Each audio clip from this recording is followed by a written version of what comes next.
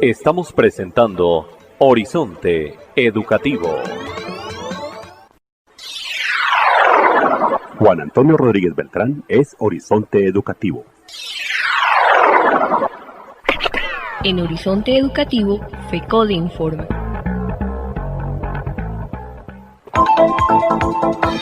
Nos acompañan esta mañana para presentar información de la Federación Colombiana de Trabajadores y Trabajadoras de la Educación FECODE, el profesor Miguel Ángel Pardo Romero, miembro de la Junta Directiva de esta organización sindical. Profesor Miguel, muy buenos días, gracias por seguirle madrugando a la educación aquí a través de Horizonte Educativo y como siempre madrugándole a estos los temas sindicales. Bueno, muy buenos días Juan Antonio, un saludo a la mesa de trabajo de Horizonte Educativo y por supuesto a todo el magisterio y a la comunidad educativa, saludos vitales, pedagógicos, fraternales. Profesor Miguel, ¿cuál es el balance del paro nacional virtual realizado el pasado 12 y 13 de agosto? Bueno, el balance del paro nacional virtual realizado el pasado 12 y 13 de agosto es altamente positivo. En los 1.103 municipios de Colombia, las subdirectivas de nuestras 34 filiales realizamos asambleas y conferencias virtuales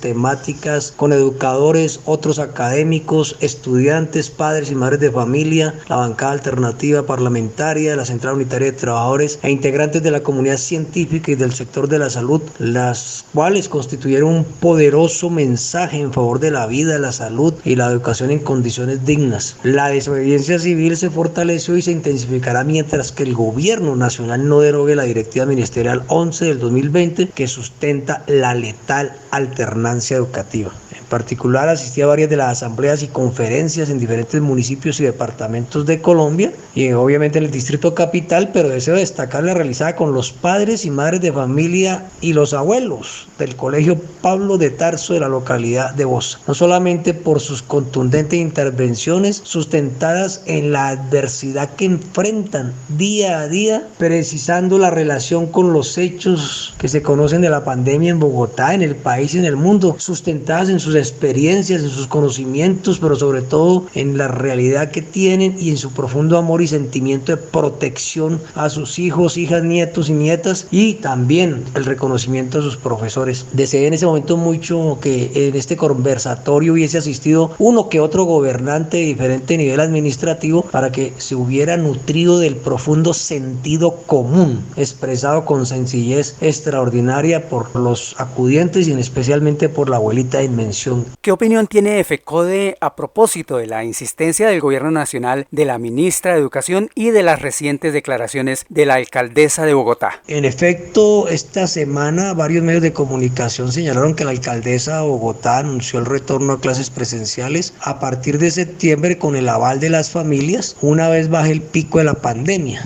Consideramos urgente que la alcaldesa y la secretaria de Educación ratifiquen o aclaren si tal decisión procede o no, lo que no obsta para reiterar nuestros criterios sobre el particular. Primero, FECODE ratifica que no aceptaremos retorno a clases presenciales mientras haya amenaza a la salud y a la vida. Segundo, el hecho que baje el pico de la pandemia no significa que desaparezcan las amenazas contra la salud y la vida, ni mucho menos que se pueda retornar a clases presenciales sin exponer al contagio masivo a la comunidad educativa. Las mismas cifras utilizadas por la Presidencia de la República en la primera semana de junio, sustentando ante la Corte Constitucional la prórroga de la emergencia sanitaria, advierten que en diciembre se proyectan 3.6 millones de colombianos y colombianas contagiados, 70.000 en cama UCI y 41.622 fallecidos. Tercero, la responsabilidad y el deber que tiene el Estado de proteger la vida y la salud no se le endosa a los ciudadanos ni mucho menos a los menores de edad quienes no cuentan con las herramientas, competencias y o recursos que precisamente son del resorte del gobierno, en virtud de lo cual es irresponsable y no tiene ninguna presentación que se conmine a los padres o madres a enviar a los niños, niñas o jóvenes a los colegios sin atender, como lo hemos dicho, los conceptos de la comunidad científica y del sector de la salud. El carácter voluntario nunca se invocó para que la ciudadanía acatara el aislamiento preventivo o la cuarentena. Hacerlo ahora podría provocar un desenlace fatal. Tampoco es riguroso ni aconsejable delegar la decisión haciendo encuestas telefónicas a las familias, pero omitiéndoles a ellos la información y los conceptos de la comunidad científica y de la salud.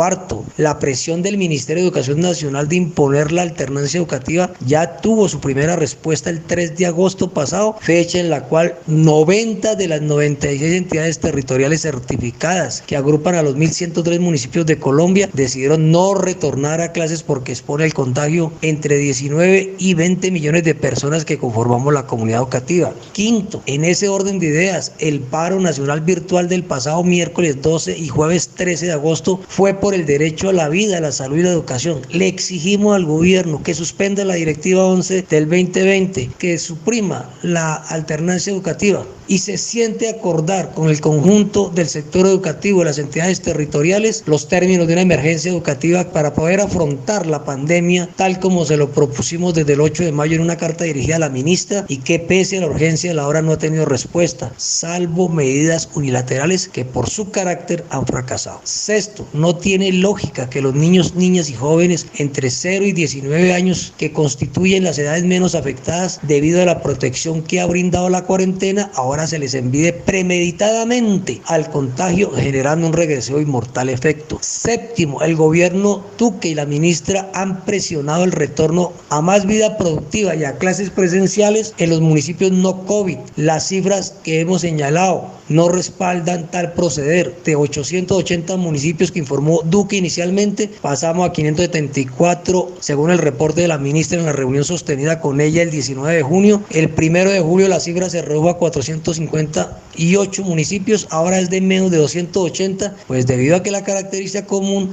de estos municipios es la ausencia de hospitales e infraestructura hospitalaria. Tampoco tienen la forma de controlar la migración o peor aún, en muchos de esos territorios el movimiento de población está controlado por organizaciones al margen de la ley que aplican las normas sanitarias a conveniencia de los intereses que protegen. Eso ya lo hemos advertido y desafortunada y desgraciadamente ocurrió la masacre con los chicos en el Valle. De lo que se trata es de proteger los municipios no COVID, no de extenderles el contagio. Octavo, en el caso de Bogotá, ciudad que concentra la mayor población estudiantil del país, retornar a clases presenciales con las localidades en alerta naranja y una ocupación de camas UCI cercana al 100% es incoherente con las medidas que hasta ahora ha tomado la alcaldesa para mitigar el contagio a nivel general de la población, lo cual le ha valido incluso el reconocimiento de todas y todos, con el agravante que en el país y en el distrito capital las entidades médicas que atienden al magisterio están desbordadas y evidencian enormes deficiencias no resueltas gracias a la complicidad de la fiduprevisora. A la fecha no se conocen planes efectivos de contingencia para afrontar el ascenso del contagio, pero sí que el número de educadores y beneficiarios fallecidos aumentó en un 98% entre el 12 de mayo y el 7 de agosto en toda Colombia si nos atenemos solo a las cifras reportadas por la fiduprevisora. En conclusión,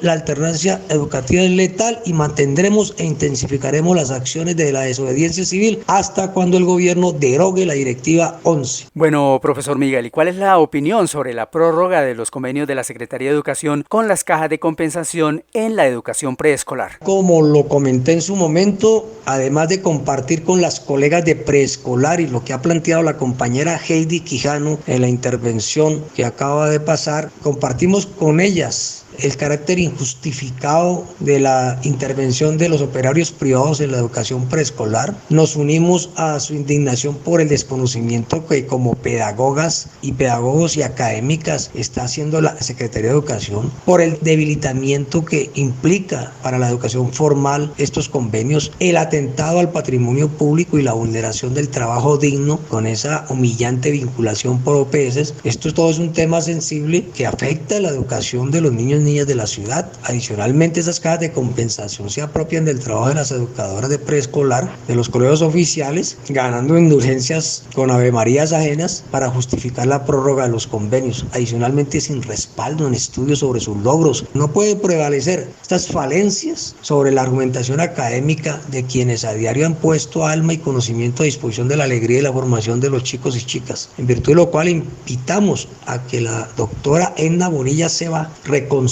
considere la posición de la administración y sencillamente proceda a conversar con las educadoras sin detrimento ni reemplazo al tratamiento que tienen que hacer de este punto en el marco de la negociación colectiva con la ADE. ¿Y qué decir del proyecto de ley 277 de 2019, profesor Miguel? Es muy grave el proyecto de ley 277 del 2019, Senado. Trata de suprimir una de las principales conquistas que los maestros y maestras logramos consignar con nuestra lucha en la Ley General de Educación, cual es la obligatoriedad del Estado de ampliar progresivamente hasta universalizar los 3 grados de preescolar en los colegios oficiales, pese a que la misma Constitución solamente obligaba al Estado al mal llamado grado 0. De aprobarse esta ley, la educación formal se organizaría en 3 niveles: la educación inicial, que se desarrollará en 2 ciclos, maternal y preescolar, que comprenderá un grado obligatorio, y los otros 2 niveles pues siguen igual, la educación básica y media. Como ustedes pueden apreciar, esto que es textual del proyecto de ley suprimiría la posibilidad de los 2 grados de preescolar, es decir, prejardín y jardín. Esto significa un caballo de Troya de la ley de primera infancia en la Ley General de Educación, no solamente en la obligatoriedad de los 3 grados de preescolar, sino en una modificación de los fines de la educación de preescolar que están orientados a la formación acorde con el decreto 2247 de 1997 y no al cuidado, que es lo que caracteriza a la denominada Ley de Infancia. Adicionalmente, se estarían incumpliendo los acuerdos FECO de gobierno después de la movilización del 2017 y los de la negociación colectiva del 2019 sobre la universalización de los 3 grados de preescolar con recursos del Sistema Nacional de Participaciones, y se sustrae al prejardín y el jardín en los colegios oficiales con planta docente oficial, como lo establece la negociación colectiva del 2019. Es decir, se negaría esos 2 grados y se negaría la planta docente oficial. Nosotros no creemos que sea coincidencia el abordaje de las cajas de compensación en la educación preescolar de Bogotá en la época de Peñalosa y este proyecto de ley bajo el ministerio de la señora María Victoria Angulo. El objetivo es el mismo: fracturar la educación pública y la educación formal pública en el caso del nivel de preescolar. Estaremos muy atentos para salir a la batalla en defensa de la conquista de los 3 grados de preescolar. Debe cumplirse el acuerdo: 3 grados de preescolar en los colegios oficiales y con planta docente oficial. Ese es un derecho de los niños y las niñas y ese es el acuerdo que tiene que cumplir el gobierno. Profesor Miguel, muchas gracias por estar en comunicación una vez más con Horizonte Educativo, madrugándole a la educación y como siempre a estos los temas sindicales. Bueno, a todas y todos un merecido día de descanso dominical. Les habló Miguel Ángel Pardo Romero, secretario de Asuntos Pedagógicos, Educativos y Científicos de FECODE.